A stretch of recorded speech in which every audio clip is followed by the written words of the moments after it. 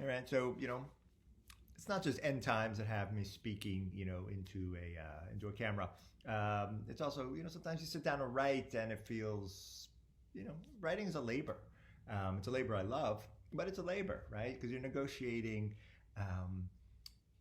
such complex grammar and word choice, and speaking as such an immediacy that's, I don't know, somehow more forgiving. It's obviously more forgiving because it comes and goes, right? Where writing is an inscription, it stays, right? The insistence of the written word is precisely what makes it at once so alluring and so terrifying, right? You write it, it's out on the page, and then it's gone. I mean, it's no longer part of you. But unlike, say, your hair, where you get a haircut, or your nails, or your shit, which is also part of you and leaves you. It vanishes, right? You flush it, and writing's not like that, right? Writing. Writing insists on itself. So here I am speaking to you, and I want to talk about taste and discernment and instinct, and the sort of relationship between those three things. And it really comes, for me, it was a question that came to me out of Nietzsche many years ago, in a passage I became sort of fixated on in Ecce Homo, where Nietzsche asks, how do we recognize a well-turned-out man? I really want to stop and talk about that phrase for a minute. First assumption in the idea that we can recognize a well-turned-out man is that living well will show itself in this world, right? That if you make, if you're living keenly, we will recognize it. And that might sound sort of obvious, but in fact, it reverses basically the entire history of Western philosophy, right? Which was premised on the fact or the concept that beauty and truth are inner and are invisible, right? That the material world, how you appear in the world, needs to be brushed away, right? So, a famous example is Socrates, who's famously quite ugly. But the idea was he's beautiful and wise inside.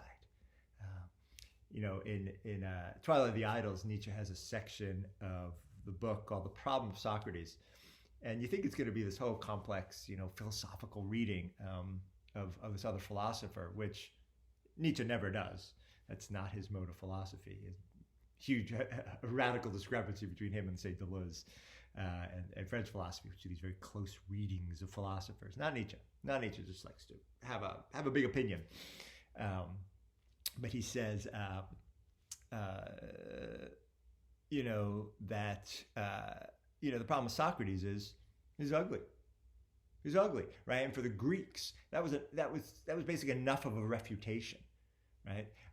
He goes on to say, Socrates' ugliness is a sign of a thwarted development. It's a sign of a decadent, a criminal inclination.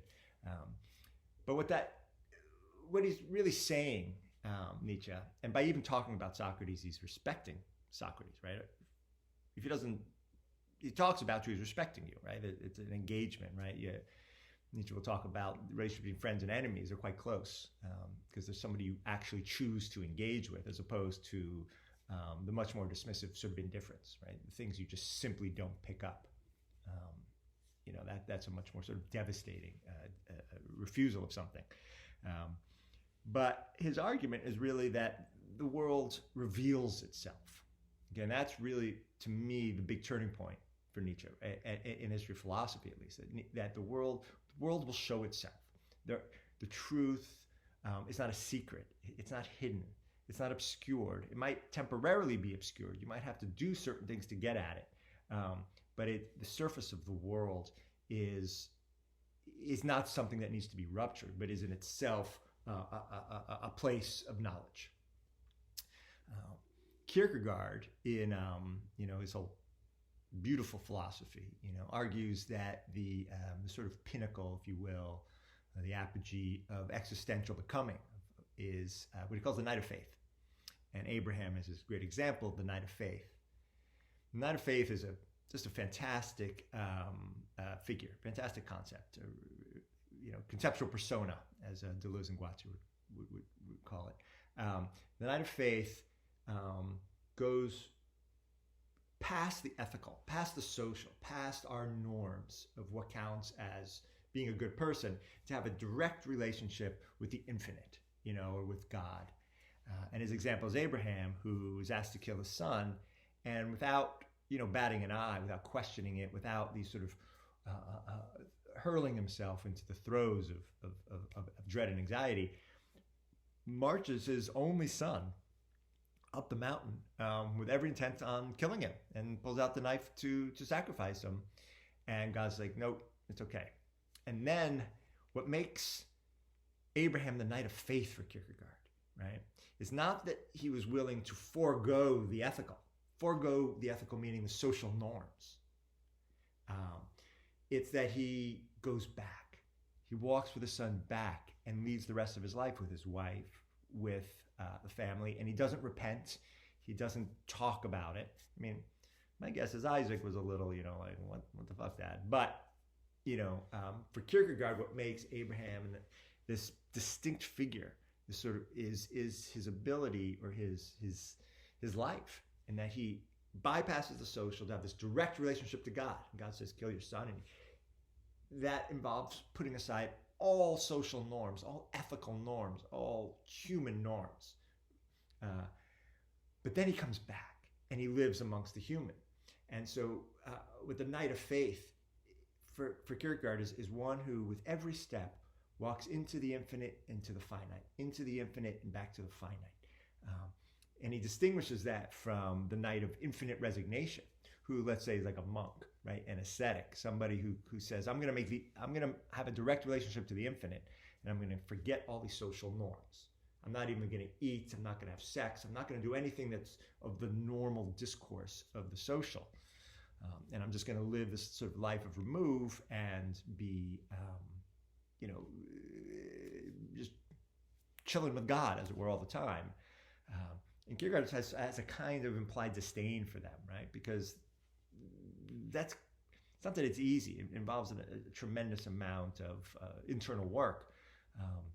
But imagine living that direct life with the infinite amongst the finite, having a job, having a spouse, having children, having to talk to people, right? And how much you get mired in the social with sort of shenanigans, with distractions, with anxieties, and with beginning caring about that realm, right? And beginning to think that's your horizon. Your horizon is the social, and that's the sort of limit of it.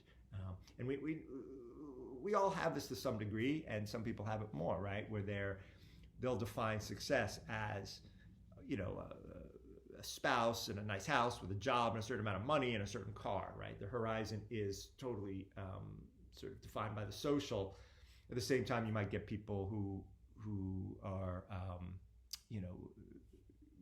more involved with the social and want to sort of give of themselves and take care of others, and sacrifice some of their luxuries in order to be helpful for people. But the horizon is still the social and helping other people, as opposed to the knight of faith, Abraham as the main example, who is willing to, not just willing, is down to execute his son, murder his son. But for Kierkegaard, you'll see where I'm going with this all. Kierkegaard, this knight of faith, Abraham, and everybody, all the other knights of faith out there, he argues that they're incognito. We won't know who they are, right? He uses as the other model sort of Jesus, right? I mean, Jesus is this guy, right, who is at once absolutely human, right? He shits as a body, as a mother. He was born. He partakes of this world, but he's also the infinite God, right? And he is both at the same time. That is the challenge that Kierkegaard sort of puts to sort of life, and puts to existential being, is being at once mortal, being at once finite and historical, and wrapped up in the social and the ethical, and being infinite, and having a direct relationship to the infinite in precisely that you partake of the infinite. That's Jesus. And to be able to do that, you take what Kierkegaard calls a leap of faith. That's what faith is. It's absurd, he says. You have faith on the strength of the absurd. But this not a faith is incognito. He might be standing next to you at your job. You won't know. You won't know, right? Because his relationship to the infinite is really finally sort of private. It's not a public reckoning. For Nietzsche, his sort of apogee, what sometimes referred to as the Übermensch, the overman, sometimes called the Superman, but Superman's not necessarily a bad word for it, but I prefer the figure of the Übermensch as the one who's always overcoming himself, always not just, he doesn't feel a need to just be one thing and just be a husband or father or just this one macho thing. It's not ego-driven. He's Übermensch. He's overcoming himself. But this man, Nietzsche argues, and he talks about it as man, but when I say man, I mean women. That when one is an Übermensch, one is recognizable. We can recognize this person. So Nietzsche says, how do we recognize a well-turned-out man? Even that phrase, I should go look at the German. But well-turned out is such a great figure, right? Because you're turned outwards, right? Where if, the Socratic image or Socratic / Platonic image of the self is one who's inwards. Know thyself inwards. For Nietzsche, the well-turned-out man is outwards. He participates in this world and is hence recognizable. But one of the great passages, is in his description of how we recognize this person. He walks a certain way. He smells good, which I love. Nietzsche returns a lot to the olfactory. You can smell, an ill-constituted soul, right? That somebody who's sort of foul, you can smell them. And this is not irrelevant. And I think we all sort of know this. I think we know this especially in the realm of sort of sex and romance, right? The smell of somebody is so potent, so powerful, and you can get a lot, right? You can meet somebody and be like, I kind of like them. They're funny. They're cool, but they smell funny, right? And they smell maybe a little sickly. Something's off. Something's not right. And it could be as simple as an endocrinological problem and they take some hormone and that goes away. Or it could be that they're just fundamentally ill-constituted. And those things might not be so dissimilar. But this well-turned-out man, he smells good. Again, which just cracks me up. Walks well, and but then Nietzsche says, this well-turned-out man instinctively chooses the things that are best for him. Instinctively chooses the things that serve his vitality, and the things he doesn't like, the things he rejects, are things that are bad for him. That sounds sort of obvious, but to me, in a way, that's everything. That's really, again, this sort of apogee of Nietzsche, where Nietzsche's offering us is this fundamentally different criterion of assessment, of existential assessment, even social assessment. So he instinctively chooses that which makes him healthy. Now, I think about people, and I know plenty of these people, and I'm no doubt one of them, but who instinctively choose things that are bad for them. I know somebody who is an older man, and he's not healthy. He's a very sweet man. He's a very nice man. He's not healthy. He's overweight. He's in chronic pain. And he eats so badly. I can't even begin to tell you. Cheese doodles and chili in a can of fat and sweets and just so much junk food. And clearly those things are not helping him be healthy, not helping him be thinner. He's just, it's a cycle in which he's living with this pain, and then the things he's choosing are making him worse. And we all sort of know this. We do this all the time, Like a thing we want is not necessarily the thing that serves our vitality. The thing we want is not the thing that's going to keep us healthy, make us more vital. Right? In fact, the things are often opposed. And so much of our culture talks about precisely this, and learning to choose things, right, that serve our vitality.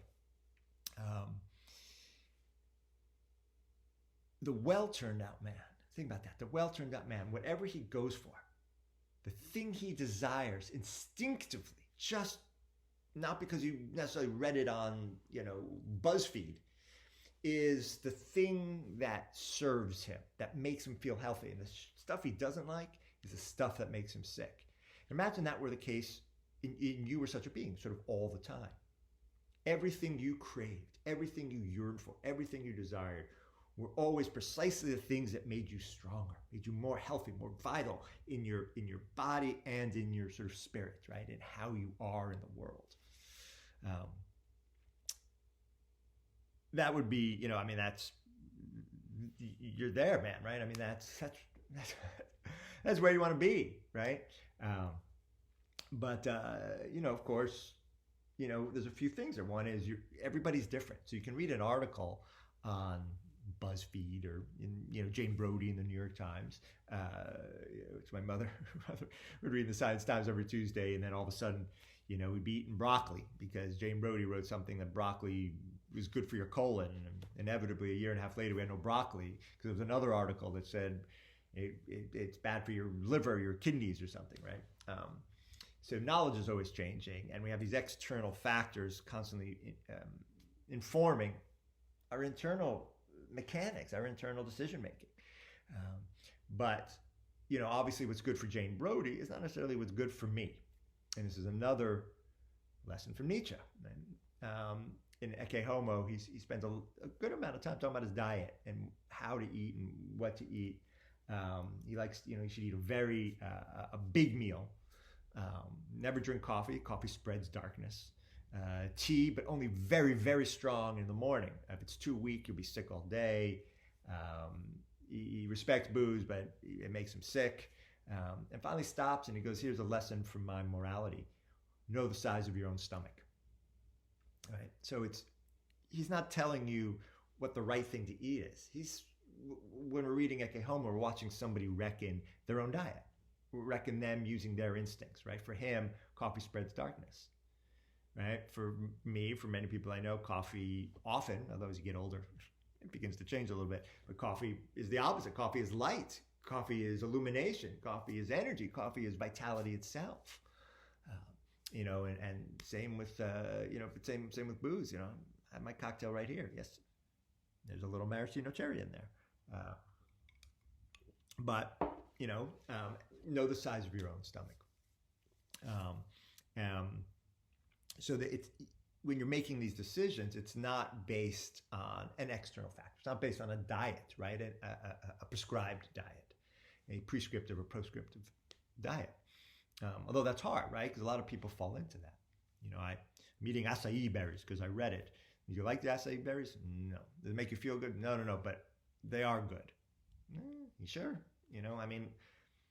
What factors, what criteria of assessment do you have if something is good or not? Just because you read it in an article, seems to me it doesn't make it so. Jesus, if that were the case, it would be so luxurious, right? But the fact is, we are all individual. So you get just some general knowledge about acai berries or fucking echinacea or gin or whatever it is. And then there's your particular body. And we are just different, right? Certain foods sit better with some of us. And you think about the mechanics of the body and all these organs doing their thing. And some organ in my body works a certain way and amplifies one thing but doesn't like another thing. And think about all the flora and fauna. It's become quite popular to think about the sort of, what's it called, the biome or whatever in the second brain, they say, in the stomach. Think how different those are based on the decisions we've made, based on who we are, what kind of bugs want to live with us. So we are unique systems, right? We are these, what I like to say is a metabolic propensity. We are a metabolic propensity, meaning we all desire certain things. That's what I love about the figure of metabolism, is it goes from appetite and desire, to consumption, to all the terms of distribution, to playback, right? So I desire dark chocolate, I eat it, I enjoy the taste in my mouth, my body then distributes it the way it distributes it, which is going to be different for me than it is for somebody else. And then it plays it back in the form of my body, literally my growth, my shit, my health, my skin, it gets incorporated into the body. And that whole system is what I'm calling metabolism, right? And each of us has a different metabolic propensity, right? We're different metabolism, we're different machines, right? So for one person, X amount, sugar, their body breaks down sugar a certain way, and this person breaks down sugar a different way. So we're gonna have different reactions to sugar, duh, right? I mean, that just seems sort of obvious, and yet we still refer to these articles. I don't know why I keep calling it BuzzFeed. I don't even know what BuzzFeed is. It's lodged in my head though. So we rely on things like whatever, I don't know what people read, the New York Times or whatever the hell somebody posts on the Facebook, like, oh, did you know that this does that? Well, what do you mean, do you know? Do you know? When do you know something? You know something when you partake of it, right? When you consume it, and it runs into your metabolic system, and it has certain effects, right? That's just the way it is. So there's general knowledge, then there's the particular metabolic system you are, but then your metabolic system changes. It changes in time, and the things it needs. What I needed when I was 6 months old, and 5 years old, and 15 years old, and 30 years old, and now 50 years old, my body needs different things. Of course it does. And that's complicated because you'll get in a certain rhythm and be like, oh yeah, I'm 32 years old, and I just know that this is really good for me, and I feel really good doing it. And next thing you know, you don't feel so good, right? You're all of a sudden you're 38, 41, 43, and you're like, man, I don't think this pasta is serving me so well. I don't feel so good after I eat pasta every night, tomato sauce or something, right? Your acid levels change, your speed of certain metabolic functions changes. So you have this flux of you as an individual, and the flux of the body itself, and the flux between me and you, right? The flux of sort of how to make decisions here, right? So decision making is this. It's a temporal juncture. It's a temporal fold. It's it'd be so nice if we could just make these decisions based on a set, clear, fixed criterion, right? That's the thing to do, and then we strive for that, right? And then that's the model of a lot of religion, a lot of morality is there's this ideal mode of behavior, and then everything I do is trying to get there. I fail because I'm human, right? I mean, that's the Catholic, I don't know, Judeo-Christian way, trying to get to this thing and live up to some sort of ideal model, where what I'm suggesting being Nietzsche is that that there is no external criterion, but it doesn't mean there's no criterion. It doesn't mean that anything and everything is good. That's obviously not the case, right? I mean, eat whatever you want and you'll probably feel shitty, unless you're the Ubermensch, we'll get to that, right? Unless you refine your instincts, right? So I want to talk about this, the moment of decision making, the moment of reckoning, which again we have sort of all the time. And a lot of things we do out of habit, and a lot of things we have to do out of necessity, right? Where our time and our decisions aren't always our own. In fact, they're rarely our own, right? I mean, I would just assume never work, right? But I don't have that option. I didn't inherit any money, so I have to work. But the fact is we're always dealing with, certain factors, certain things that are in place, right? Such as our bodies and our metabolic propensities. So when we make a decision, it's always this sort of complex juncture, right, of sort of general knowledge, things we've inherited, past experience, right? In the past, when I drank 15 shots of Jack Daniels in 2 hours, I threw up and felt bad for 2 or 3 days, right? That's something I've learned, and it's part of my knowledge system. And that's true of sort of everything. I know I like chicken salad, and I know I like it, with almonds, but I don't like it with raisins, right? How do I know that, right? I know that because it's happened before. My decision is premised history. I go to the restaurant, Vietnamese place, and I get the certain pho, and I know I like that pho, right? I know that.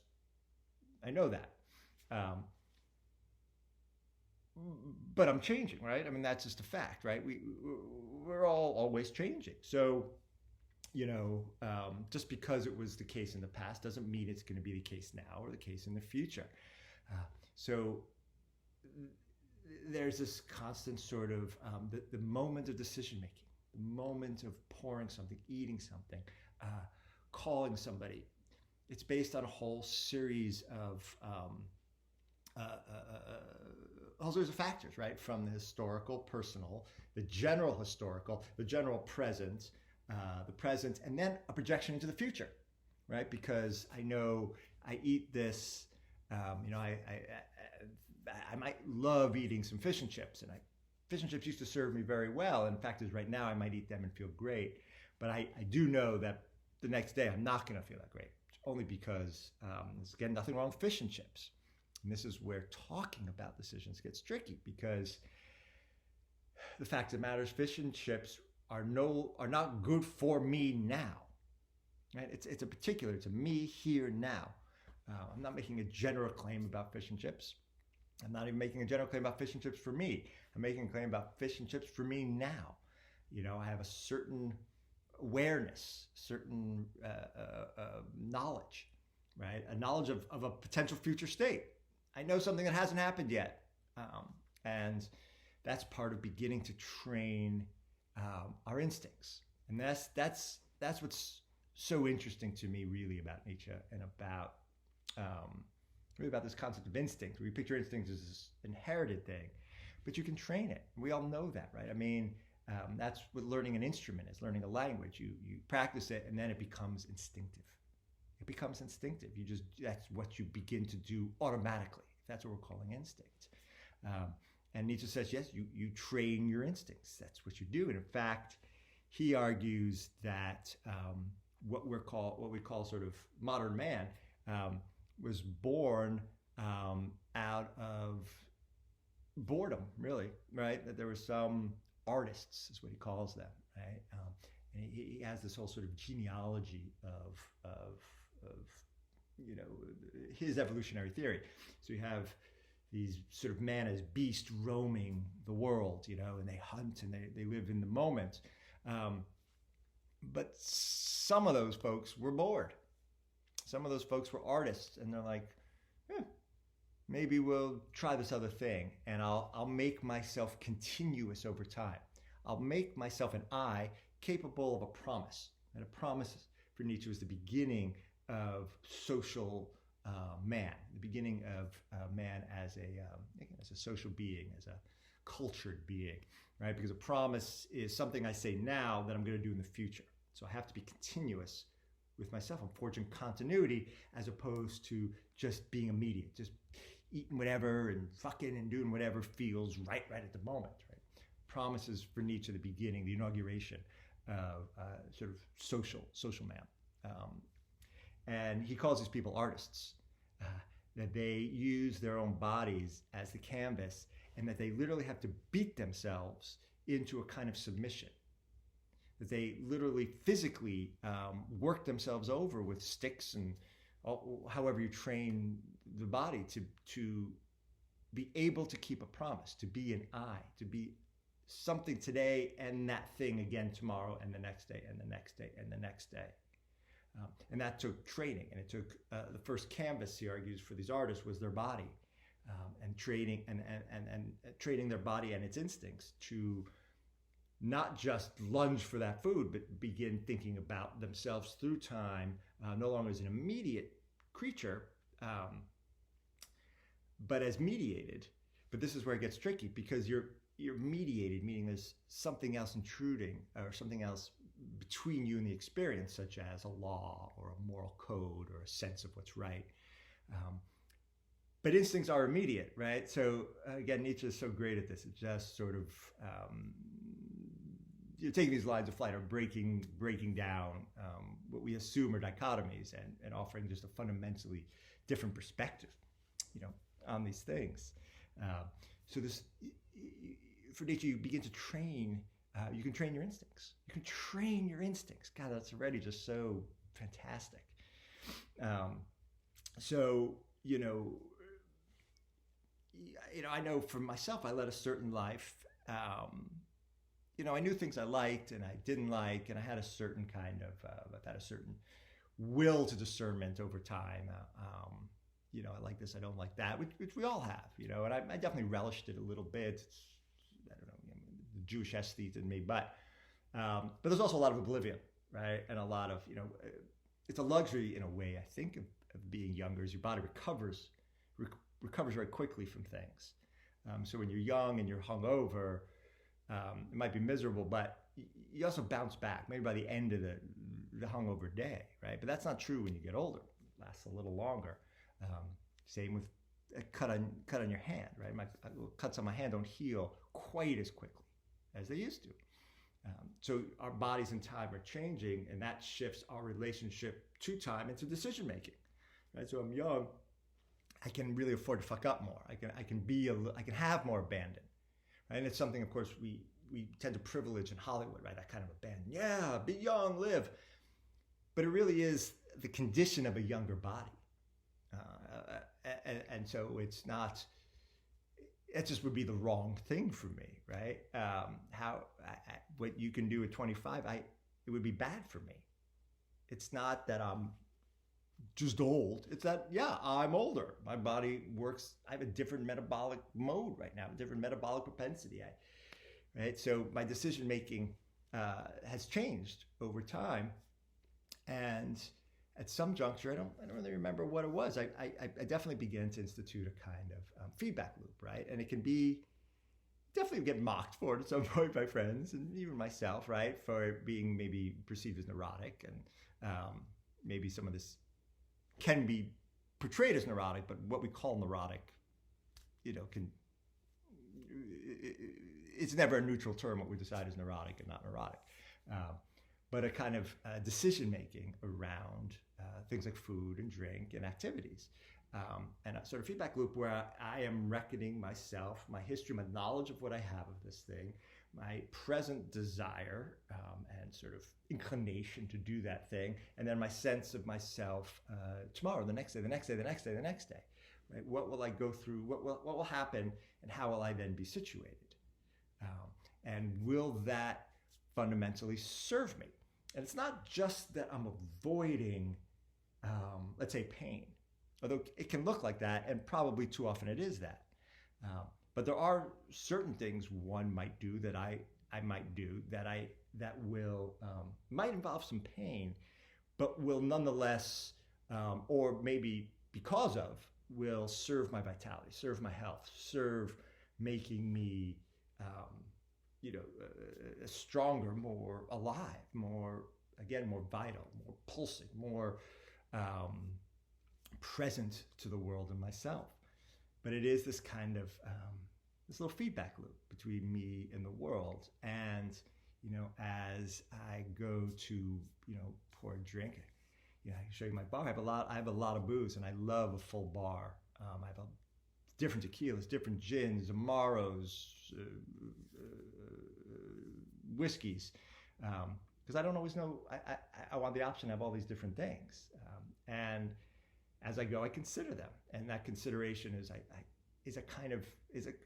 an internal moment of kind of contemplation. I picture it on my tongue. I picture how it's going to feel in my body. Sometimes I'll smell it, and I wait to see how my body reacts, and then I make my move. I bust my move, and I'll do this all day long with everything. Right? It's at some level we all do this, right? But I have this luxury of working for myself and having a lot of time and a freedom. One thing I didn't like about a few times I've had a job, which is not often and not for very long periods of time, but I didn't have the same luxury. I was distracted by other people. I would often pack a lunch, and then I might screw up one day and forgot to go shopping, and then I got to go out, and I'm at the mercy of restaurants, and I got to eat their food, and maybe I'm constitutionally sensitive, right? Maybe this food or that food fucks up my stomach, and I don't want that. But that's how I am. You mock me for it, but what do I care, right? I want to feel good and healthy according to my body, according to my constitution, according to my metabolic propensity, right? It can't, what's good for me cannot be generalized. It really cannot. The only thing I can generalize is know the size of your own stomach, right? Which is a principle that's not a principle. It's a principle of difference, right? Rather than a principle of uniformity. Most laws, principles, rules, right, try to regulate so that everything fits it, right? Everything begins to look the same. No one in the room covets thy neighbor's wife. They're all the same. Whereas what I'm suggesting, coming out of Nietzsche, is that there's another kind of principle. It's not no principle, but it's a principle of difference. Know the size of your own stomach. Know your own body and your own will and your own constitution, and reckon it over and over, and eventually begin to train yourself. I mean, it can sound sort of silly, but I know sometimes if I don't do well with sugar. I find it cloying, but sometimes I'll crave it. And I stop and I question when I'm craving it, because sometimes craving it is because I'm possessed by virus, because viruses love sugar. And I know in the past that happened once. All of a sudden I found myself craving these chocolate cookies, and I ate a bunch and I woke up with a cold. It's an historical fact, right? Something that informed me. How did I know there was this correlation / causation? How do we know anything, right? We feel our way through it. Well, science back me up. What the fuck does that mean? I'm backing it up. I am the arbiter of this knowledge and these decisions. And so now if I crave sugar, I pause. I go, okay, will that pass? Is it because I just had lunch and I need a little something? Or, I want a little something to give me the energy while I metabolize my lunch. But it's again, these little feedback loops all the time that are going through what I know in general, what I know about myself, what's happened to me in the past, how I'm feeling right now in the moment, and what I'm craving out of the moment, what I want from this experience, and what I want from a future experience. And it is a training, right? A training of my instincts, right? To make my instincts serve my vitality, my vitality better, right? So what really kind of, in a way, it really excites me about this is that it inaugurates a kind of decision making that is well suited to our times. Right? We live in times without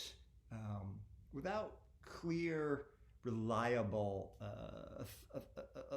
authorities, right? There's no one person we trust, not even institution we call science, but no one really just trusts science per se, right? Because scientific studies come out of certain places and they're funded by so-and-so, by big pharma, or they only have so much data.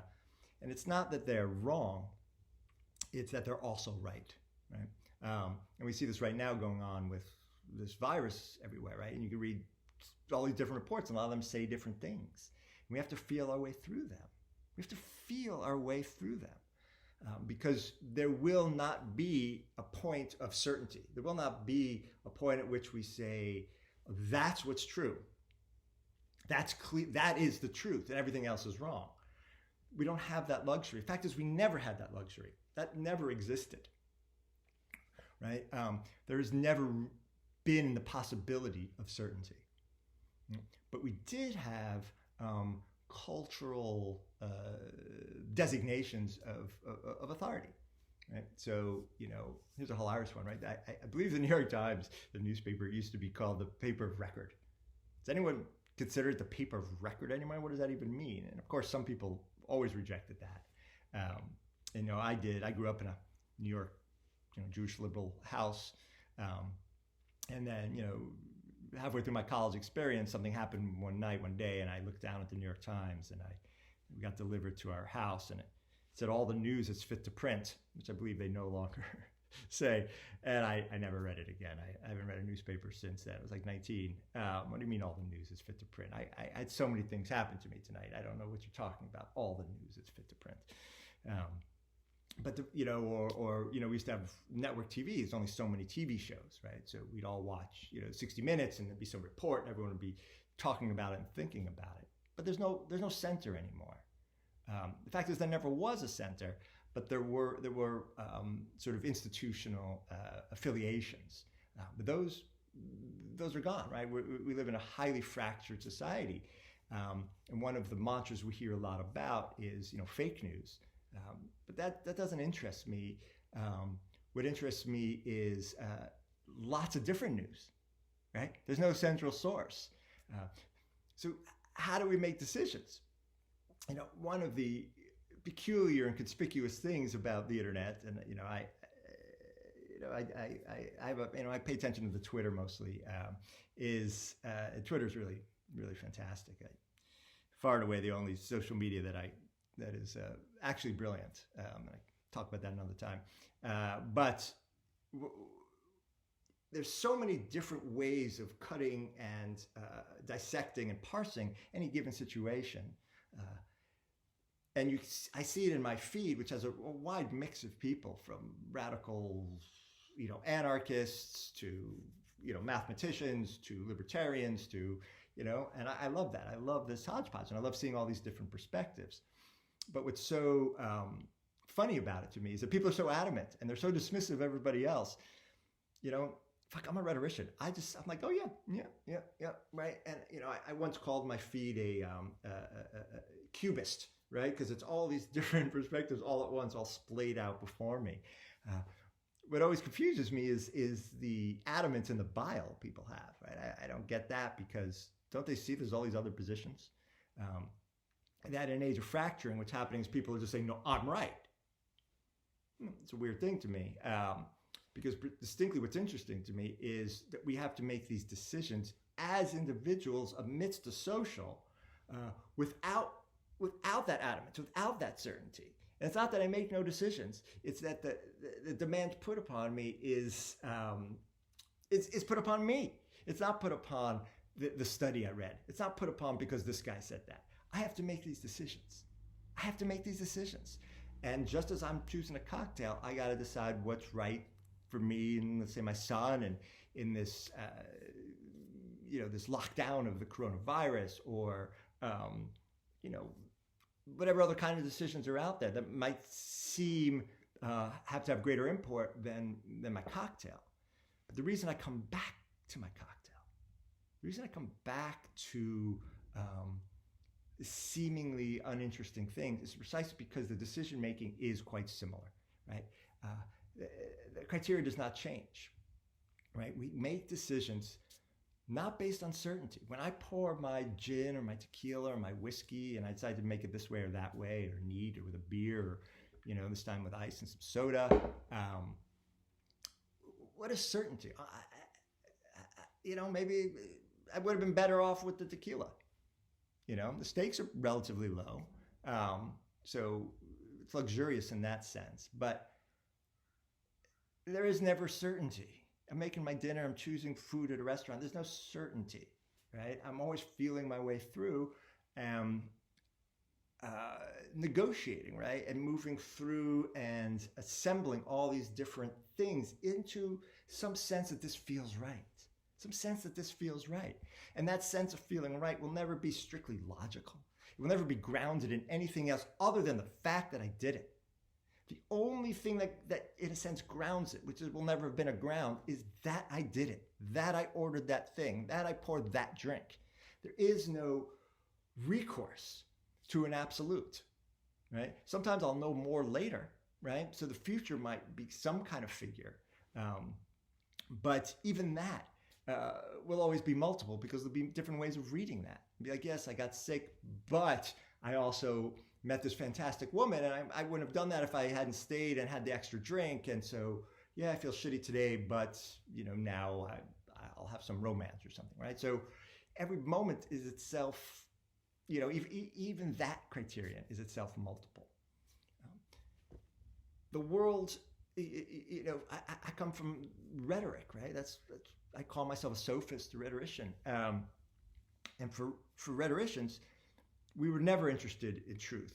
We always, rhetoric begins where proof leaves off, right? So people think about arguments and proof, but arguments distinctly don't have proof, right? Proof would be the end of the argument. Proof would be like, well, there it is. That's the proof. It's self-evident. The discussion's gone, right? Argument begins precisely where proof leaves off. I have evidence. I assemble different factors together into what I call an argument, into a piece of sense. It's like, oh, we look at it this way, take these numbers, these people, these factors, and they form a kind of sense that has a kind of internal logic. Maybe there's a little bit of causation in there. Maybe there's just a lot of feeling, right? I mean, anybody who ever took a rhetoric class, right, knows about ethos, pathos, and logos, right? We learn about it in every argument, and this comes out of Aristotle, but every argument has the ethos of the person speaking, who they are. Do you trust them? Are they believable? Are they your kind of person? Do you believe them? What's their shtick? You have the logos, which is really sort of the logical reason to believe something, right? It's to use this piece of software, it's easier. It makes your life easier. It's a logical reason.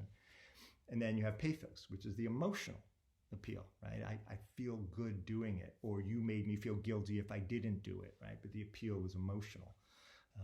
And at the very least, an argument, any argument always has that, right? It always has some amalgamation of somebody speaking to you, making some kind of appeal to you. And they might emphasize the logical or the pathetic, crank up emotion versus the logical motion, the logical reason, or they might just count on their own authority, right? That's what it sort of, that most banal sense of a fascist leader would say, right? I do what I say because I'm the boss. It doesn't matter anything else. Somebody else might just totally appeal to you. You might be seduced by a man or woman, and they're just coming on to you, and you just feel good. It's not logical. It's not going to end well, but it makes you feel good, right? That's somewhere between ethos and pathos. But this is what decision making is, right? This is what decision making is, and today it's always been the case, but today it's really sort of it comes to the fore as a kind of issue, precisely because there's such a massive proliferation of perspectives and authorities and facts, and there's so many different ways to assemble all this information, right? So many different beginning points, right? Whenever I try to engage in any sort of political conversation, I always have to stop it because I don't even know where we're beginning from. What counts as a person? What does you mean by society? What do you mean by government? What do you mean, by anarchy, right? All these words are so loaded, and they involve a whole amalgamation, a whole set of factors that are being assembled just so that to me, it's never really a question of agreeing or disagreeing. It's a question of, will that serve my vitality? Does it serve me? Does it feel right? Do I feel healthier? Do I feel more vital? Right? Just as I decide to drink my gin tonight with some soda and some lemon, and these maraschino cherries are fantastic. No syrup or anything. They're all natural, so they go bad. But fuck, they're good. No syrup. That syrup grosses me out. Not Luxardo.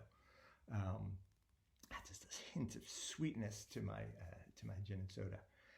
But just as I make my decision to drink this, based on how I'm feeling, my metabolic propensity, what's going to make me feel good and in my mood and in my body, and later on tonight when I wake up tomorrow, it's the same as choosing, who you think should be president, or whether you believe you should be out and about during the coronavirus or not, right? We make these decisions without ever being certain. I was having this conversation with my brother the other night, and he was talking about poker. He's a big poker player, and he's working on something maybe to talk about how making decisions in poker, right, where your knowledge is incomplete. And he was suggesting that within poker, there is a truth. There's a very clear truth. If we could just flip over all the cards, there is clearly always going to be a winner. Right? But in the world of poker, there is no, the cards are never flipped over, right? Only God knows who has the best hand, right? And in the sort of idealized poker game, nobody ever will know. I mean, people can all flip over the cards and they can see at the end. But in terms of the play, everyone's making a decision that's always incomplete and contingent, right? So what I'm talking about is decision-making as personal. It's not just personal, right?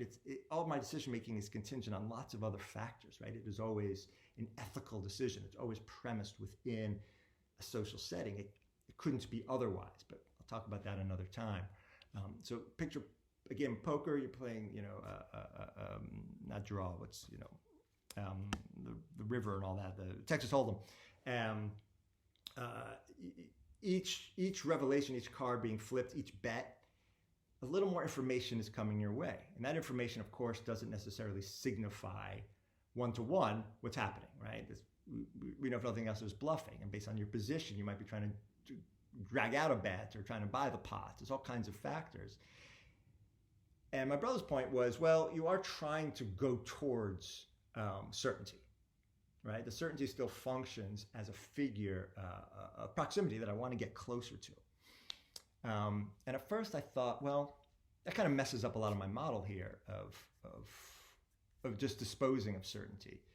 But then I realized, no, that all decision-making, from things I believe and the books I read, the films I watch, the people I date, the things I drink, the food I eat, how I parent, all my decisions at some point are trying to move towards a kind of certainty, a certainty that will never be certain, right? And I'm just as a player sitting around in a game has to make decisions based on all these moves, and each move inflects the knowledge, right? Inflects the decisions then that I as a player need to make. The same is true as, let's say I'm trying to figure out what the fuck is going on with this coronavirus, right? I mean, there's so many different things I can read from people saying, well, nothing's really happening, to we're all about to die, right? And I read them and I listen to them, I'm like, that's all right. But in the midst of all that, I still have to make a decision, right? What am I going to do? What am I going to do, right? Am I going to, the government says something and they can enforce a certain thing, but, I still have some will. I can still make some decisions here. And the fact is, I think like the poker player, I see all these different people showing, giving me a tip of what might be in their hand. And it's not that I'm trying to get closer to an absolute certainty, but I'm trying to get closer to a sense, a personal sense of yes. A personal sense of yes, this. And we could call that certainty. I can say I'm looking for a certainty that will never be certain.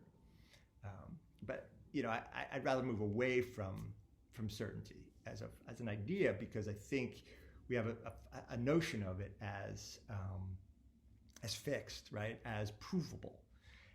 But what I want to talk about and think about is making decisions in which nothing will ever be provable. And so the very drive to have it be provable is silly. And I started reading Bruno Latour's book on modes of existence, and he opens with talking about climate change and how the climate change deniers are actually asking of science, of the scientists who are proponents of climate change, arguing that it's happening. They want absolute certainty, right? It's a funny move. They're like, well, how do you know, right? You have all this information, but how do you know for sure? And that, I want to suggest that rejection of what seems like the reality of climate change is misguided, because there will never have been certainty. There might be reasons to still disagree with people who argue for climate change. I'm not saying anything here. I'm just saying that the will to certainty begins to frame discussions in a kind of destructive way. That I want to begin thinking about making decisions, even at that grand scale, when we don't have certainty, which we don't even think we could have it, right? And so the climate change deniers would say something different, right? If certainty weren't on the table, they couldn't say that to scientists anymore. They couldn't say, how do you know? How do you know for sure? Because how do you know for sure? We're moving that from the table, right? And then we just have to make these decisions. And it gets harder when we have to make them collectively. I'm very glad I'm not a politician, right? But I self-decide what I believe, right? And you feel it out. You're like, yeah, and it's a combination of certain authorities you like and certain ones you don't, a certain mode, a certain rhythm, a certain set of facts speak to you. That fact might be meaningless to somebody else. The world is such an infinitely dense web of contingencies that, it's our job. You're cutting and pasting and cutting out a piece and saying, this set of conditions, this set of facts and moods and authorities is the one that works with me. Just like this gin right now works with me. That set of arguments works with me. And part of that reckoning of works with me means I also have to question, what are my own prejudices? What are the things I've come to believe over time and growing up, a nice Jewish liberal boy in New York that I want to cling to, that are good, and things I don't like, and I no longer, for instance, consider myself a liberal, and that was a huge moment for me. I was like, oh, it happened relatively early, but I read Nietzsche early, and I'm not a liberal. I don't know what I am, but I'm certainly not a liberal. I'm not a conservative either. Don't get weird on me here. I don't want to be part of any of that nomenclature. I am a moment. I am a metabolic propensity.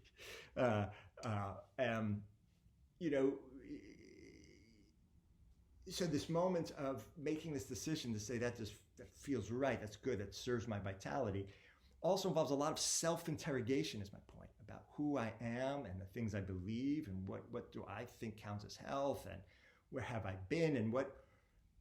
So this moment of decision making is not just me weighing out these factors, but weighing out myself. I am in the mix.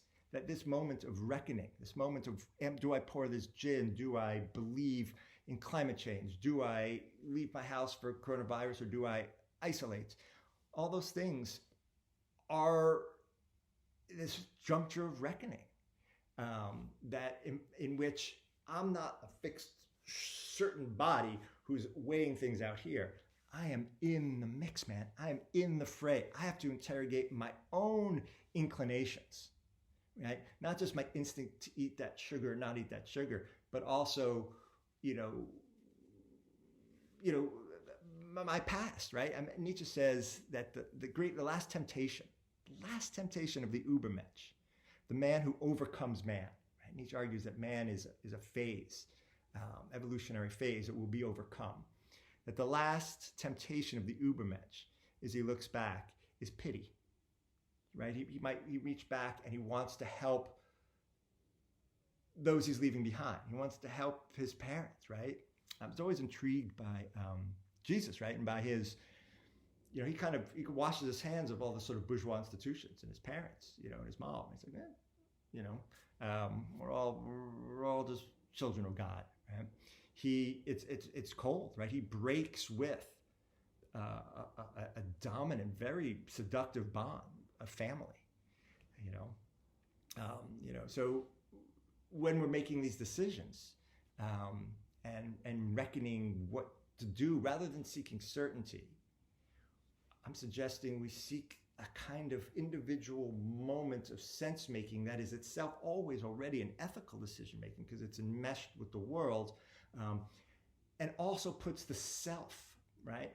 The self, which is fundamentally ecological, on the table. In my decision making, who I am is on the table, and I have to be willing to undo the self that I think I am in that decision. I have to be willing to overcome myself to be an Übermensch.